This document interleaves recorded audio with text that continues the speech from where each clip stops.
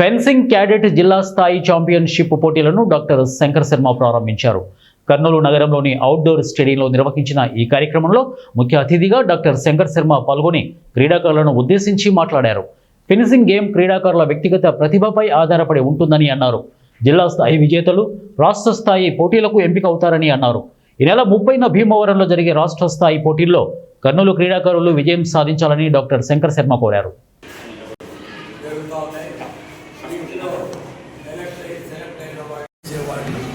రాజుల కాలంలో కూడా స్పెషల్ తర్ఫీదు ఇచ్చేవాళ్ళు. వాళ్ళు ఈ యూరోప్లో కూడా ఫస్ట్ ఒలింపిక్స్లో చేర్చమని చెప్పడం జరిగింది.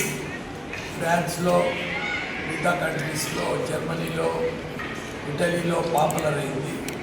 మన ఇండియాలో 1974లో ఫెన్సింగ్ ఫెడరేషన్ స్టార్ట్ అయింది. బట్ అఫిషియల్గా 1997లో రికగ్నైజ్ అయ్యి ఫెన్సింగ్ అంటే ఈ కత్తి యుద్ధం అనేది ఒలింపిక్ ఛాంపియన్షిప్లోకి ఎంటర్ అయినాం మనం భారత్. అప్పటి నుంచి కూడా చాలా మెడల్స్ సాధించారు ఇండియన్స్. ఇది ఒక talented skill game, mind set మీద ఆధారపడుతుంది. ఎంత ఏకాగ్రత అటెన్షన్ ఉంటే అంత మంచిది. దీనికి తగిన గేర్ కూడా ఇంపార్టెంట్, ప్రొటెక్టివ్ గేరు.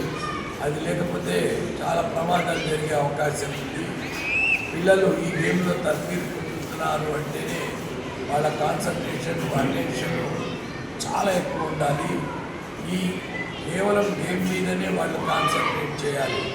ఎంత మైండ్ను ఏకీకృతం చేసుకొని అటెంటివ్గా ఆ ప్రెజెన్స్ ఆఫ్ మైండ్తో ఆ ప్రజెంట్ మూమెంట్లో ఉండి పోటీ పడితే తప్ప ఈ గేమ్లో గెలవడం అసాధ్యము.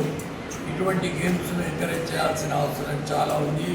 ఇక్కడ కోచ్ మహేష్ గారు, నంద్యాల రాధిక గారు, మన రవి గారు, ఇంకా చాలామంది ఈ గేమ్ను అత్యుత్తమ స్థాయిలో ఎంకరేజ్ చేస్తూ రాష్ట్ర లెవెల్లో కర్నూలును ఒక ఏకైక ఛాంపియన్షిప్ టౌన్గా నిలబెట్టాలని వీళ్ళు చేసే ప్రయత్నం ఫలించాలని నేను కోరుకుంటున్నాను.